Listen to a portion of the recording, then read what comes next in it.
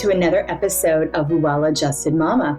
This is a podcast dedicated to educating and empowering women from preconception, pregnancy, birth, and through early motherhood on wellness lifestyle. I'm your host, Dr. Laura Brayton. I'm a maternity pediatric chiropractor, a functional medicine practitioner, and mother who has hand-selected experts in natural, holistic healthcare specialties to shine light on options and choices during this exciting phase of a woman's life. Today's episode is about how meditation can help new moms overcome postpartum anxiety and reclaim restful sleep. And my special guest is Kelly Smith. Kelly Smith is a global yoga and meditation teacher, author, and founder of Yoga for You. She's also the host of the iTunes chart-topping podcast, Mindful in Minutes and Meditation Mama. Kelly believes in a personalized approach to yoga and meditation, encouraging students to discover their own practices, listen to their bodies, and access inner joy by embracing their authentic selves. She is renowned for her guided meditations, yoga nidra, and restorative yoga practices, which has been shared through her podcast and book since 2016. Hi, Kelly. Welcome to the show. I'm very excited to have you on today. Oh, I'm so excited to be here. How are you doing? Doing well. I'm very fascinated for you to share your story as a yogi and a meditation expert about how you've created, it sounds like you've kind of created a meditation that's specific to help women that are having postpartum anxiety or helping to give tools around supporting postpartum anxiety. Absolutely. So postpartum anxiety is something that I feel so passionately about, mostly because I experienced it really intensely with my son, my oldest.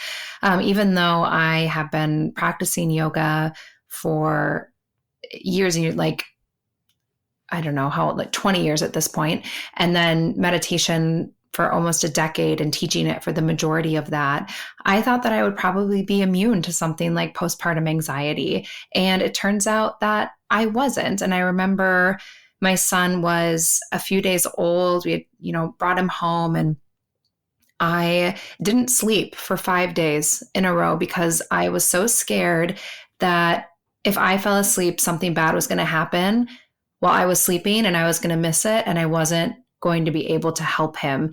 And that fear, which I now know is a combination of, you get the right cocktail of sleep deprivation, hormones, navigating a big life change.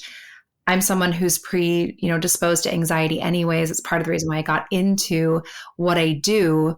And I just got that right cocktail and at the beginning of postpartum and not knowing what to expect. And before I knew it, I was up for 5 straight days. And I had this moment where maybe it was postpartum psychosis. I like to think it was divine intervention, but who's to say?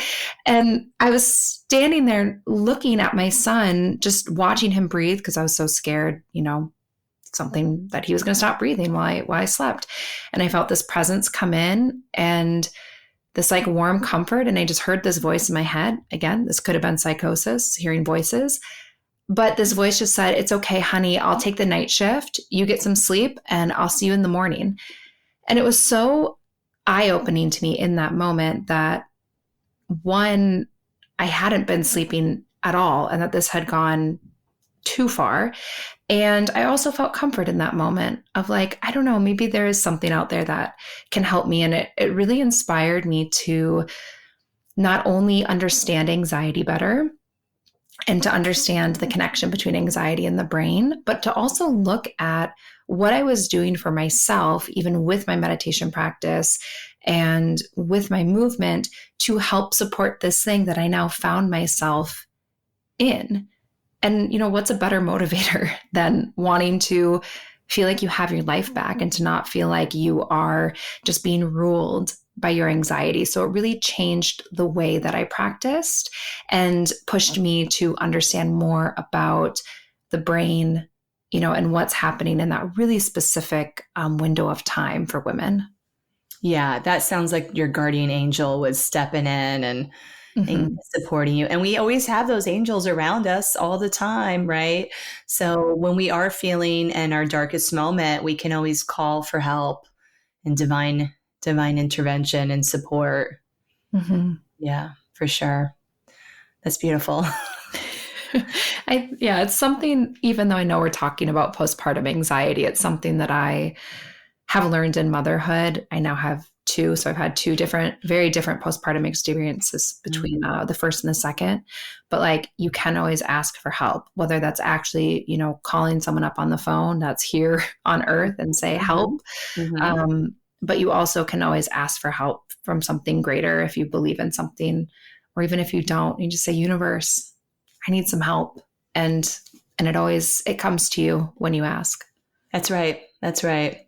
Asking you shall receive. So it's so true. So I do want to hear kind of how you navigated that first postpartum experience. That sounded like it was very challenging. And then I'm really also curious to hear about your second postpartum experience as well. Yeah, it was night and day. So my first one was really tough. I did have this really intense anxiety. And I also went through what I imagine a lot of women go through, which I didn't feel like I really knew myself anymore. I almost had this identity crisis, which I think was really pouring into the anxiety, because I am also a business owner, a creator.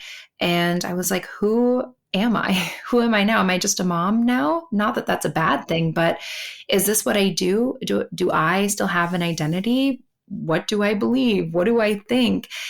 And it was just such a big transition for me to go from 0 to 1 and to have my whole world turn upside down. This was also, I had a pandemic pregnancy my first time around. So my son was born November 2020. So I was also very isolated, very alone. I live in the Midwest, so it's also very dark this time of year.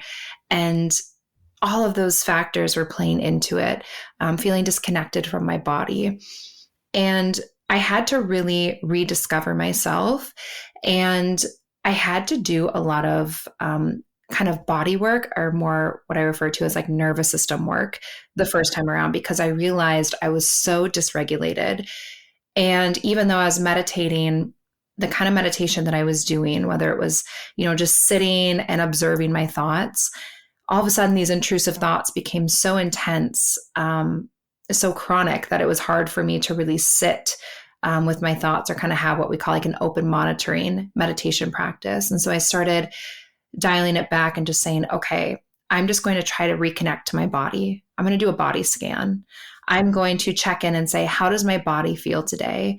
What is my heart experiencing today? Visualizing, even during the postpartum experience, visualizing the actual healing of my body. I think that's something, everyone talks about how hard postpartum is, or how hard it is on your body, but no one really talks about the why.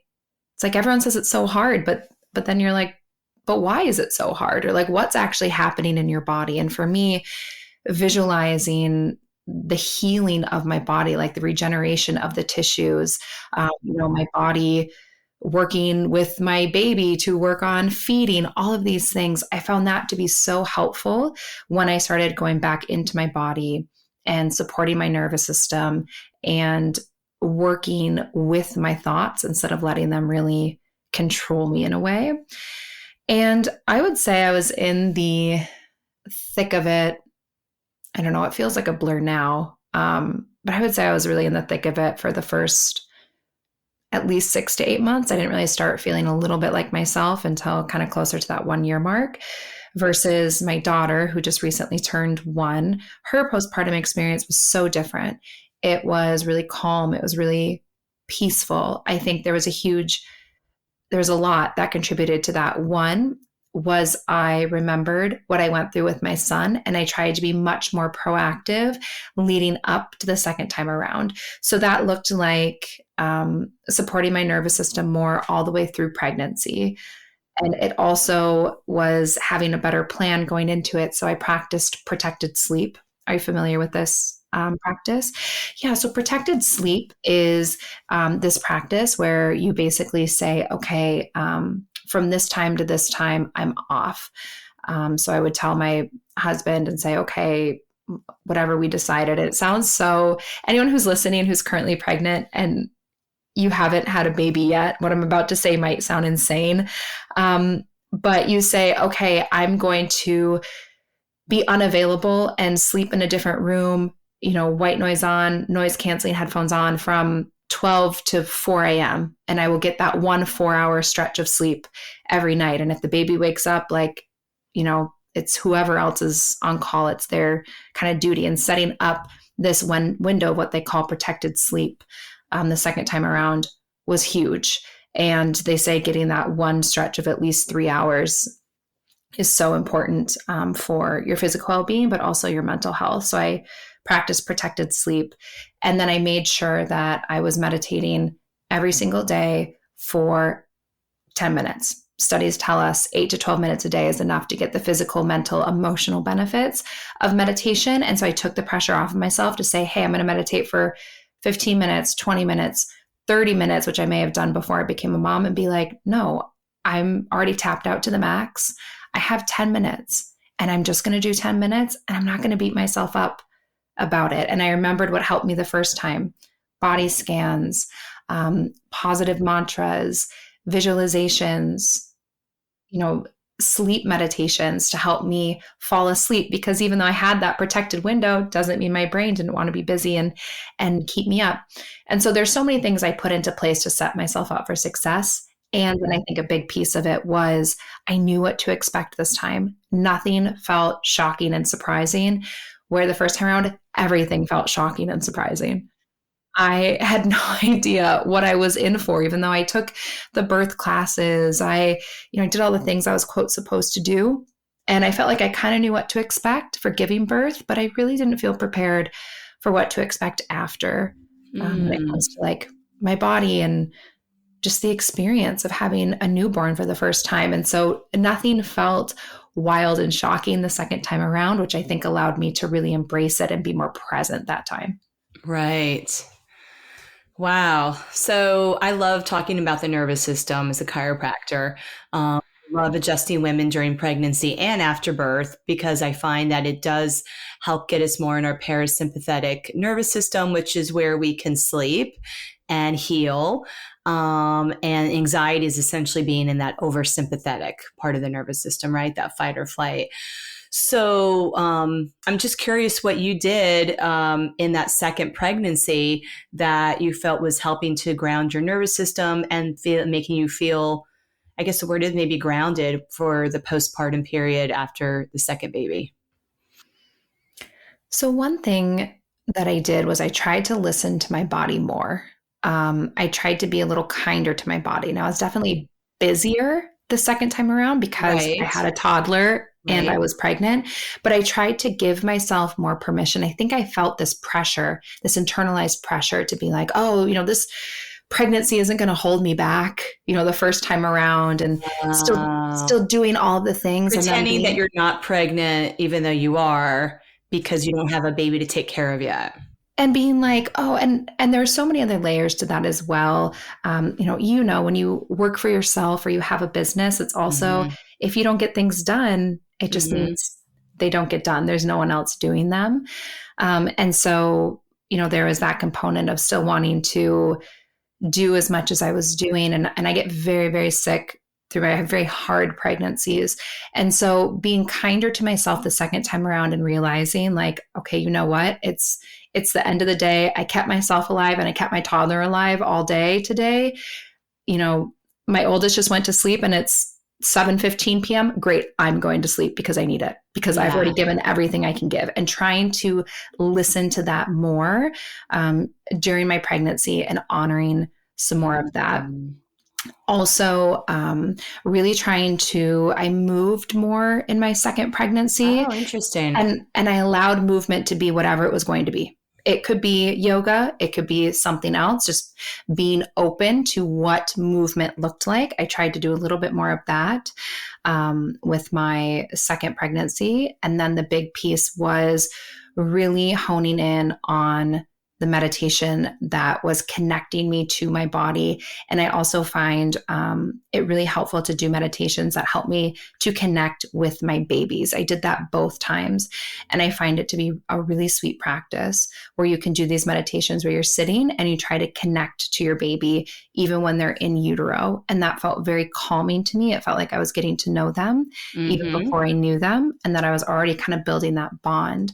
So then once the baby is there and I'm holding them in my arms instead of in my womb, I feel like we're working together as a team because we kind of already know each other a little bit, instead of feeling like, oh my gosh, I just met you for the first time ever right now. It's like, no, I feel like I kind of already know you a little bit. And then I think being a bit more organized and knowing what to ask for this time, because you don't know what to ask for the first time because you've never done it. Right. We talk a lot about in the podcast about like during pregnancy, having conversations with your partner about roles after the baby's birth. So things can be delegated, right? We don't have to do everything ourselves. There are things that we can get partners or even paid employees, like a postpartum doula and, a lactation consultant, and a housekeeper, whoever is available, unpaid, employees like family members and friends that are showing up and helping you with the day-to-day activities that as a new mom, it can be overwhelming, and things that you were doing fine, let's say pre-pregnancy, even during the pregnancy, that you just don't want to do as you're recovering after birth and caring for a newborn, right? It's just like, what are the things that only I can do as a new mom, right? And then everything else, somebody else can do. Mm-hmm. 100%. And sometimes you don't know. It's like you don't know what you don't know. So when you're going in the first time, there's certain things where I didn't know. Everyone said you'd be tired, but I didn't know exactly what that meant or what that was going to look like. And it's kind of hard for me, at least, to know what to ask for, to know what I'm going to need support in when I had never done it before. And I think that played so much then into having a much better experience the second time around, as I just was like, okay, I have a clearer picture. I know what to expect. Even things of knowing when I would feel comfortable with visitors and when I wouldn't. I think we often think of support as things like you said, housekeeping, the chores, the around the house stuff, meals. But also, and like that's absolutely a piece of it. But for me, I just set a rule where I said, you know what, no visitors until I'm out of diapers, which was just one of my personal rules. And I didn't know I was going to feel that way until I had done it. And then the second time around, I was like, I can also set better boundaries for myself as to what I do want and what I don't want in those first few weeks and beyond. Yeah, for sure. And every family is different. And, even we've talked about in other episodes, like if you have in-laws or other grandparents that are coming from out of town and they're like, oh, we'll just stay at your apartment, especially like where I'm at in Hoboken. We don't have these big houses with lots of guest bedrooms. So it's tight. And you know what? It's nice having the help, but maybe that means that that extended family is in a hotel or, they're down the street, they're nearby, but there is a separate space just to help from a boundary perspective as well. Definitely. Yeah. So I love the part you were talking about when you were meditating during the pregnancy and connecting with your baby. I think that is something that all women have access to during pregnancy. And, I was just sharing a story with a woman in my office that was coming to visit, who's a lactation consultant, about during my pregnancy, how I was connecting with my baby. And he gave me some business advice. Which we don't necessarily think about fetuses, offering up these like life skills, right? But anything is possible. I mean, they're literally in the spirit realm and they're like all knowing essentially, right? Mm-hmm. So we can get a lot of information and they can communicate it to us while they're in utero. And so it was about me no longer billing for insurance because I was like, this is out of alignment with how I have a wellness practice. So it was scary, but I was like, okay, babe, I'll do it. And I haven't looked back since. That's amazing. I think I love that. And, has your son given you business advice since? Yes, sometimes, he's very smart. He's a business guy for sure. So he has that, entrepreneurial, capability, and, he's 7 now. And, there's a lot of creation there as well, which I think a lot of kids have. So, as parents, we have an opportunity to learn from these little souls, right? And, it's not just a one-way street when it comes to education. Oh, not at all. And I think that I believe that our children choose us. And so, when they are out in the spirit realm, I think they choose us as their parents for a reason. I often will, like when my kids are sleeping, or I'm, nursing my little one or whatever, I'll just think, or I'll tell them out loud, like, thank you for choosing me to be your mom. Cause I feel that really strongly that they, choose us for a reason because they have a lot to teach us. It's not always about what we have to teach them. Like that's a piece of it, but they have a lot to teach us as well, which is something I think about often. And I think of our kids as being like our mirrors in a few different ways. So one, they really mirror back to you, even things from what you say, and then you hear your kids repeating it. You're like, oh, I do sound like that, don't I? For better or for worse, or things that whatever it is, they'll mirror you back. And sometimes they're like, a nice flattering mirror. And sometimes they're like that awful, I don't know why every hotel has a mirror that's like 30x that just like zooms in on your face and makes it so you're like, who needs a mirror that looks this closely at your face? Sometimes our children are that kind of mirror that show you the deepest, darkest flaws. The ugly. That they will show you that as well in the mirror. And they teach us so much about ourselves as individuals, as women. Also, they'll mirror back to us sometimes things that we're like, oh, that's my mother who said that. Like I'm parenting like my mother or my parents, or they just reflect so much back to you, which is such a great learning opportunity. But sometimes the learning is a little harsh. It's growing pains for sure. I tell my son all the time that I'm like, thank you for choosing me as your mother. And he often responds with, you're welcome. He sounds awesome. Like him. Yeah, he's pretty cool. So I know the topic today, we really wanted to get into reclaiming restful sleep, especially for new moms.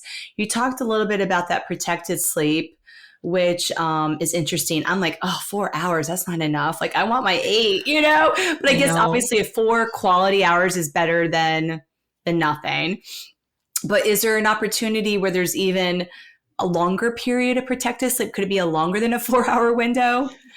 It absolutely could. All of this really depends on what means you have at your disposal. So what we had in my household, and also there's just so many different factors. And I didn't practice protected sleep the first time around, which meant I was just up anywhere from 30 to 90 minutes all night, every night for the first, at least the first few months. And that's when then that protected sleep piece comes into play, is like, now my youngest just turned 1. And so of course I'm sleeping more than, 4 hours at this point, but it's really in that like crucial, even, kind of 4th trimester. Yeah. The newborn stage, right? Yeah. Because otherwise you're going to be up all the time. And even if you have, and again, there's so many factors at your disposal. Like if you can hire a postpartum doula, or, a night nurse, whatever, if you can do that, absolutely, then do that and sleep more than 4 hours. That wasn't an option for us. It was just me and my husband. And also I'm thinking about the breastfeeding relationship. That probably wouldn't be sustainable if a mom's wanting to breastfeed, right? Right. And I was exclusively breastfeeding my daughter. And so once we introduced bottles, then we were able to do this protected sleep, because if she woke up, then my husband was able to then, give her a bottle of expressed milk. But in those first few crucial, weeks, that 4th trimester, even though it sounds wild to say, I got 3 to 4 hours of uninterrupted sleep. Yeah. In that short window of time, like that felt like winning the lottery. And it made such a difference. And Yes. to me, I was so tired anyways that it could have been midnight to 4 a.m. It could have been 4 a.m. to 8 a.m. It could have been, whatever window works. And my partner went back to work pretty quickly after the birth of my second. So we had to kind of figure out, his sleep and work. And, it's all, everyone's sleep is just like a game of Tetris at this stage of life. Yes. But figuring out what works for us and having that chunk of uninterrupted sleep where I couldn't hear the baby. This was huge because if anyone is, breastfeeding or, if you hear your baby crying and it wakes you up, even if someone else is technically supposed to be taking care of them, if you can hear the baby crying, you're just going to lay there being like, why is my baby still crying? Do they need me? Right. Should I go see if everything is okay? And so this protected sleep is really like noise canceling headphones in or on, white noise is on, different bedroom if possible, like as far away as possible. And then the person can then wake you up, or you set an alarm and you switch when you need to switch. But yes, please, after you get out of kind of that newborn stage, please, aspire to get more than 3 to 4 hours. Yes, but you're right. Postpartum, like right after birth, newborn, those babies do need to feed frequently in the night. I remember those first few weeks for me, I would have, I would sometimes not necessarily get a 3 or 4 hour break, but I would take a nap in the middle of the day when my nanny was at my house. And that was so refreshing for me because my night sleep had been interrupted, right, from feeding. I also slept with my baby in the bed. So that really helped me not be too sleep deprived because I was able to nurse and go right back to bed. Mm-hmm. I didn't have to get out of bed. That made it easier as well. Yeah. And I think you do, every family, something different is going to work for them. And it's really thinking about what is best for me and my body, my family, and like my situation. How can I work with what I have to make this the best possible outcome when it comes to sleep? And then I also think that, like you said, even like naps, thinking about sleep more holistically in the sense of like not just, bedtime and then sleeping until I wake up in the morning. It's looking at it sort of like cumulatively, like how can I get better sleep in general? And one thing that really stopped me from sleeping the first time around was my anxiety, and it was my busy brain. And that's something that I don't think I've had a greater capacity to worry or be anxious than when I became a mother. It's like this new piece of me was just unlocked, being like, now everything will be a danger from here on out. Everything will be something that potentially could end up horribly from here on out. And learning how to manage those thoughts and be able to quiet my mind before I go to bed made and continues to make such a difference in my sleep quality and duration, because, even every once in a while, my baby still wakes up. And if I know that I only have, I'm like, okay, I'm going to bed now. You better believe I want to fall asleep as quickly as I can and get the best quality sleep, even if it's interrupted or even if it's shorter than I would like. I want to make the most of what I can get. And in order to do that, I have to A, support my nervous system. Yeah. As you know, that's essential. And B, really manage my thoughts so I don't have a brain that feels like that hamster spinning in the wheel all day long. Right. And it can never just slow down and be quiet. Right. Yeah, that's right. There's some sleep hygiene that goes into supporting that restful sleep. As I'm thinking about a breastfeeding mom, like magnesium can be a safe supplement to take at bedtime to help relax the body and also improve sleep quality. There's certainly some breathing meditations that you can listen to that are going to help calm your brain to encourage that sleep. Maybe taking a warm bath with some lavender essential oils, journaling. Like there's different ways to help unwind and tell your brain it's time to turn off. We're sleepy now. Protecting our eyes from screens in the evening as well, right? Like avoiding the blue light is another big one. And brain tap. Have you ever tried brain tap? No, tell me about Oh this. my God. So it's a guided meditation and it's got the headphones, but it has a visor that goes over your eyes that essentially deepens the brain waves. So a 20-minute session is equivalent to 4 hours of sleep. So this is a great sleep hack, especially for sleep deprived parents that do have to get up in the middle of the night to care for a newborn, is you can do this brain tap guided meditation to feel like you slept for 4 hours.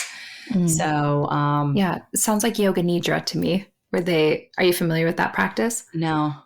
Yeah, yoga nidra is something, it's an ancient practice. So a lot of times it does get kind of like repackaged in ways, but it's basically this idea of putting the body to sleep while keeping the mind awake. And it moves you through the different brainwave patterns. And it also puts you into that deep sleep state physically really quickly. Yeah. And they have a similar kind of stat where they say like a 45-minute yoga nidra is equivalent to like 3 hours of sleep at night. But it's similar where it's this ancient practice and it feels like a long guided meditation, but it really goes through the process of like putting your body to sleep. And I actually love doing a yoga nidra or like a sleep specific guided meditation that's designed to do like a body scan, some breath, things like that, to really move you and ease you into that direction of falling asleep. And something that's really beautiful about meditation is that the more regular you have a practice, it's been kind of shown to improve your quality and duration of sleep over time. So I love to meditate at night to quiet my brain before I go to bed, but doing a meditation not only can help you fall asleep like in the moment, but then it actually changes your brain after about 8 weeks or so to give you better quality sleep. So it helps in the moment and then long-term as well to improve your sleep over time. Right. That makes so much sense. It's really just training our brain. Number one, telling our nervous system we're safe, right? We don't have to run from a tiger. All is well, because that's really what a busy brain's all about. There's just this like sense of being unsafe, whether it's, literal or not. And so when we just really are like reminded, and by the way, as I'm thinking about this, like when we're grounding our nervous system and getting in that parasympathetic, guess who else responds to that? Our babies, right? Mm-hmm. Because they're co-regulating their nervous system with ours. So as I'm caring for infants in my practice and we see more of these colicky, anxious babies, then I'm always talking to mom about how we can support her anxiety as a new mom and help to get her balanced, because baby will directly benefit from that. Mm-hmm. And our babies are also building a nervous system from the ground up. This is something, now having, I guess, technically 2 toddlers in the house. My son only just turned 4 like the other day, so he's still a toddler in my mind. Right. But learning about co-regulation and the actual like acquisition of a nervous system over time, like there's so much of this is developing in those first few years. Mm-hmm. And even if we're talking about, sleep and, the amygdala, which is the part of the brain that has to do with like the fear, pain, anxiety, worry, that tends to be overactive in many people. That part of the brain gets quieted over time with meditation. It actually can shrink your amygdala and then boost your prefrontal cortex, which has to do with like higher cognitive function, emotion regulation.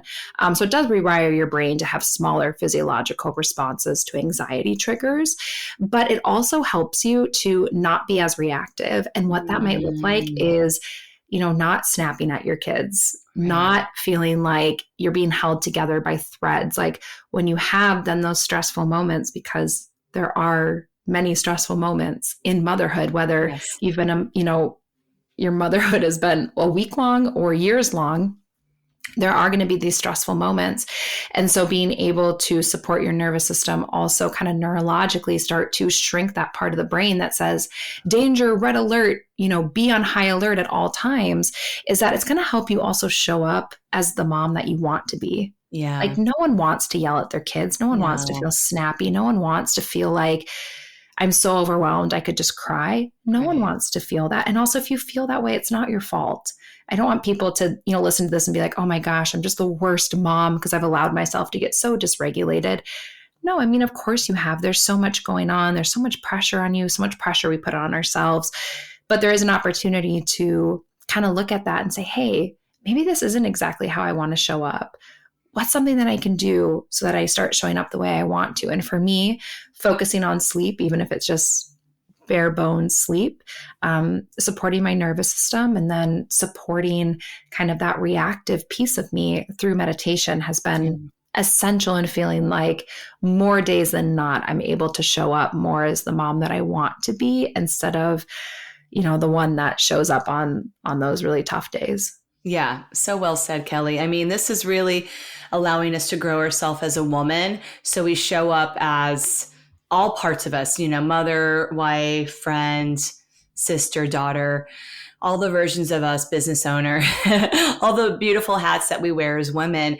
We get to show up in a more present, grounded, mindful state when we support our nervous system through the practices you're mentioning.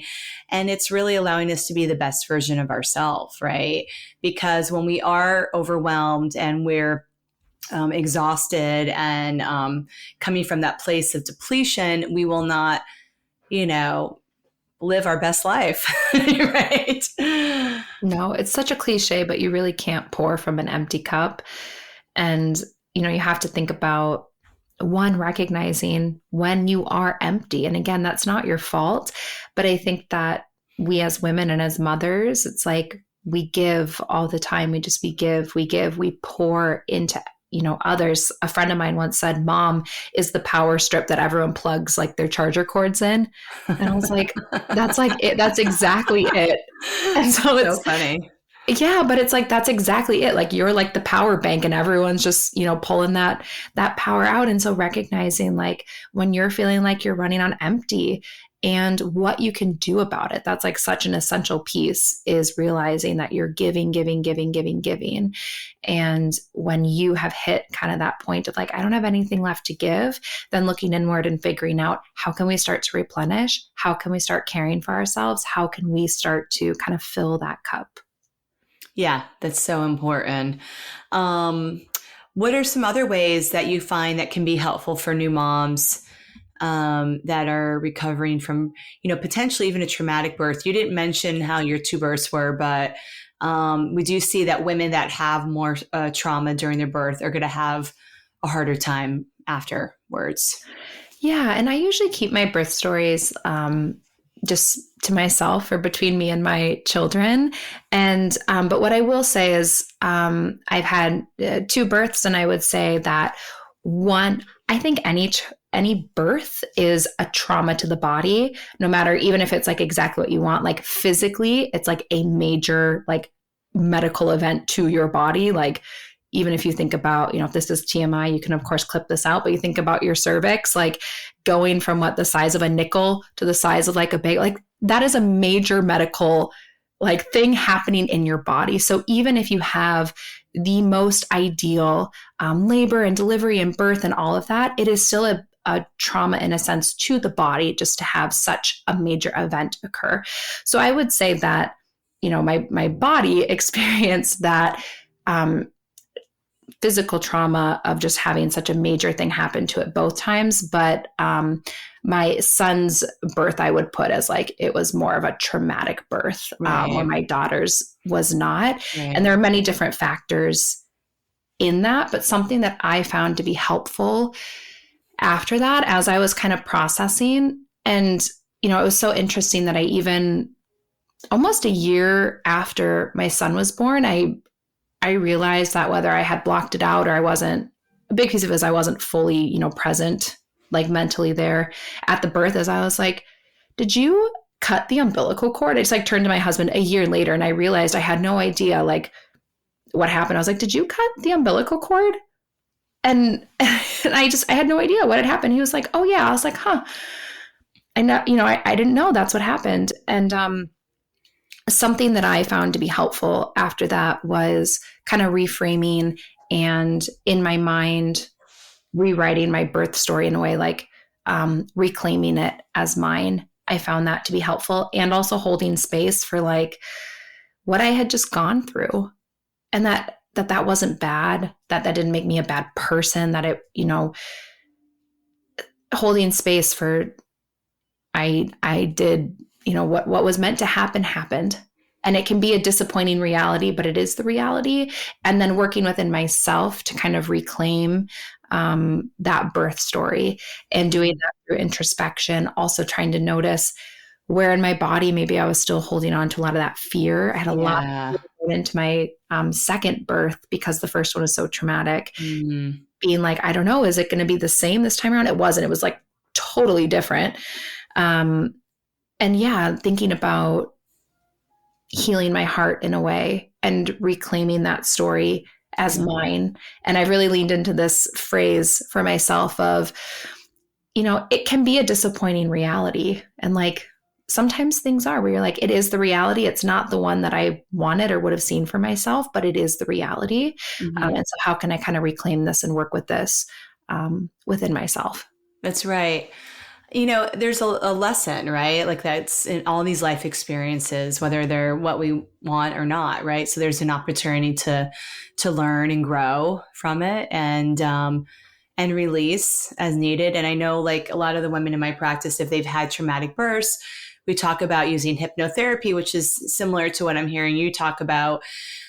It's because this trauma can get stored in our bodies and it can create dis-ease within our bodies. And so it's not something that we want to hold on to. We want to acknowledge it, grieve it and release it. Absolutely. So any last thoughts you want to share with the audience, Kelly? The only thing I will leave you with is to remember that you are the best mother for that baby, that you have been preparing for this, whether you know it or not. You have been preparing for this your whole life. You've acquired these skills, these tools, these lessons that are going to be things that are going to serve you and your baby going forward. And in those really tough days where you feel like you're lost, you're not lost. You have yourself, you know what to do. And you are the absolute best mother for this baby. They've known you since they were one little cell. You have been their safe place since then. And don't ever forget that. Beautiful. Well said, Kelly. So how do people find you? Yeah. So if anyone wants to connect, if you have questions about anything we talked about, you can find me on Instagram at Yoga for You Online as my handle. Otherwise, I would love to invite people to come meditate with me over on my podcast, which is called Meditation Mama. It has fertility, prenatal, and postpartum meditations over there to help support women in this specific phase of their life. Beautiful. Kelly, thanks again for coming on the show. Oh, thank you so much for having me. Well, I hope you enjoyed today's episode with Kelly. I really enjoyed our deep conversation and our shared belief in empowering new moms to practice self-care and really recognizing that this is such an important part of motherhood because motherhood is so hard and we need to care for ourselves to be able to do the hard work that's required. If you want to find out more about Kelly's programs, you can check out our website at yogaforyouonline.com. That's yogaforyouonline.com.